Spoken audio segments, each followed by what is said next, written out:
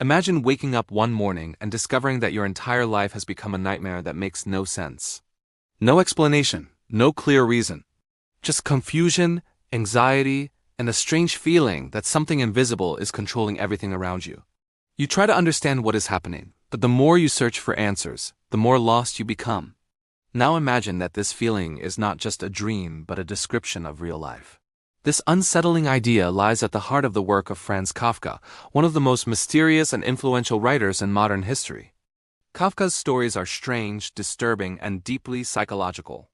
They describe worlds where ordinary people suddenly find themselves trapped in absurd situations that they cannot understand or escape. Today we call this experience Kafkaesque, a term used to describe moments when life becomes confusing, bureaucratic, and irrational. But to understand why Kafka wrote in such a dark and surreal way, we must first understand the life that shaped his mind. Franz Kafka was born in 1883 in the city of Prague, which at the time was part of the Austro-Hungarian Empire. From the outside, his family appeared successful and respectable. His father, Hermann Kafka, was a powerful and ambitious businessman who had built his success from humble beginnings. Through determination and a strong personality, he had climbed into the middle class and expected his children to reflect his achievements. But Franz Kafka was nothing like the son his father had imagined. Instead of being strong and confident, he was quiet, sensitive, and often sick. He was deeply thoughtful, introverted, and filled with anxiety. This difference created a painful relationship between father and son that would leave a permanent mark on Kafka's psychology. Hermann Kafka was known for his loud voice, intimidating presence, and strict expectations. He believed in discipline, authority, and strength. Franz, on the other hand, felt small and powerless in his father's shadow. Throughout his childhood, he experienced criticism and emotional pressure that made him feel inadequate and weak. In later years, Kafka even wrote a long letter describing how deeply his father's dominance had affected him, though he never had the courage to give it to him. These feelings of guilt, fear, and inferiority slowly shaped Kafka's inner world. Instead of expressing his emotions openly, he turned inward. Writing became his refuge, a private space where he could explore the anxieties and strange thoughts that filled his mind. However, his father did not consider writing to be a respectable career. Like many parents who want stability for their children, Hermann insisted that Franz pursue a practical profession. As a result, Kafka was sent to study law. It was a decision that would lead him into a life he never truly wanted. During his years studying law, Kafka met one of the few people who truly understood him, a fellow writer named Max Brod. Their friendship would become one of the most important relationships in Kafka's life. Brod believed strongly in Kafka's talent and encouraged him to share his writing with the world. After completing his studies, Kafka began working in various legal positions before eventually taking a job at an insurance company. On paper, it was a respectable career. In reality, it was a monotonous and exhausting routine. His days were filled with endless paperwork, complicated procedures, and long working hours. The world of bureaucracy that surrounded him would later become one of the most powerful themes in his stories. Kafka experienced firsthand how large systems often operate without clear logic, where individuals are treated like small parts of a machine rather than human beings. Despite the exhausting nature of his job, Kafka continued to write at night. While the rest of the world slept, he sat alone with his thoughts, transforming his fears and observations into strange and haunting stories. During these years he produced some of his most famous works, including The Trial, The Castle, and America. Yet remarkably, Kafka had very little confidence in his own writing.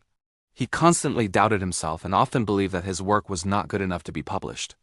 One of his most famous stories, The Metamorphosis, begins with a sentence that perfectly captures the strange nature of his imagination. In the story, a man named Gregor Samsa wakes up one morning to discover that he has transformed into a giant insect. What makes this story so unsettling is not just the transformation itself, but the reaction to it. Instead of questioning the impossible event, Gregor's main concern is how he will get to work and avoid disappointing his boss. Even after becoming a creature that cannot function in human society, he still feels responsible for supporting his family. Through this strange scenario, Kafka explores a powerful psychological truth. Many people feel trapped by their responsibilities and expectations, even when their own lives are falling apart. Gregor's transformation becomes a symbol of alienation, the painful feeling of being disconnected from the world and from those around us. Another example of Kafka's unique storytelling appears in The Trial. In this story, a man named Joseph K. wakes up one morning to discover that he has been arrested. The strange part is that no one tells him what crime he has committed. As the story progresses, Joseph K. becomes trapped in a confusing legal system filled with endless procedures, mysterious authorities, and contradictory rules. He spends the entire novel trying to understand the charges against him, but the system never provides clear answers. In the end, he is condemned without ever learning the reason for his punishment. This idea reflects one of the most powerful themes in Kafka's work: the confrontation with the absurd. The absurd is the moment when human beings realize that the world does not always operate according to logic, fairness, or meaning. People search desperately for explanations and control, but reality often refuses to provide them. Kafka's characters struggle against forces they cannot fully understand. They attempt to reason with systems that are indifferent to their suffering. They search for clarity in environments that are deliberately confusing. And yet, despite the hopelessness of their situations, they continue trying. This persistence reveals something important about human nature. Even when the world appears irrational and chaotic, people still feel compelled to search for meaning. They ask questions. They look for patterns. They attempt to impose order on the disorder around them. In many ways, Kafka's stories mirror the deeper philosophical idea that life itself may contain elements of absurdity. Humans are rational beings living in a universe that does not always behave rationally. This tension creates anxiety, doubt, and existential confusion. Kafka did not offer easy solutions to these problems. His stories rarely provide comfort or clear answers.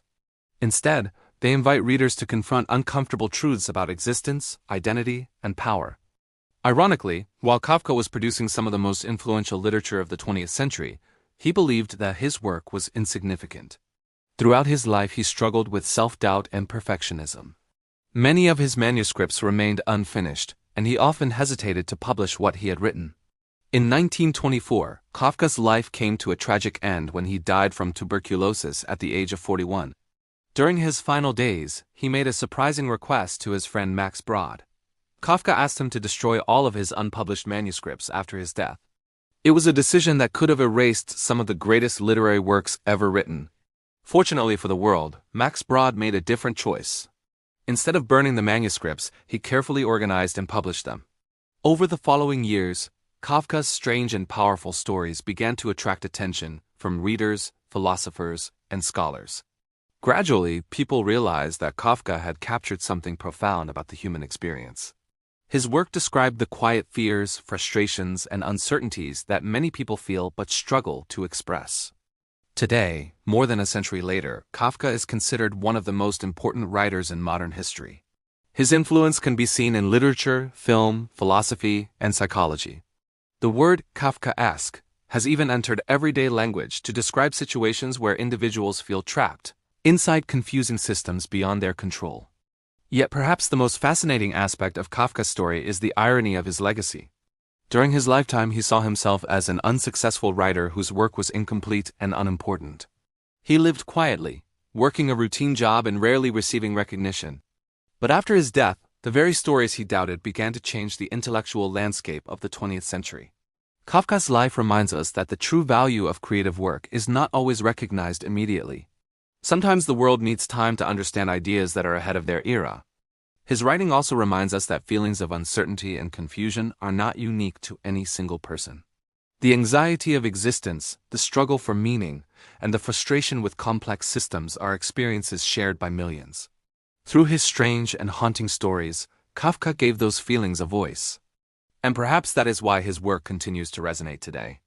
Because even in our modern world of advanced technology and global communication, many people still experience moments that feel strangely Kafkaesque.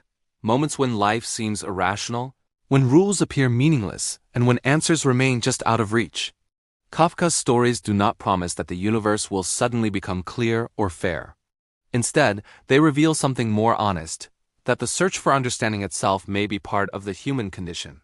But here is the question that makes Kafka's story even more mysterious. If Max Brod had obeyed Kafka's final request and burned those manuscripts, the world might never have discovered the strange genius hidden inside those pages. Which raises a haunting thought. How many other voices like Kafka's have been lost to history? Waiting somewhere in forgotten notebooks, never given the chance to be heard?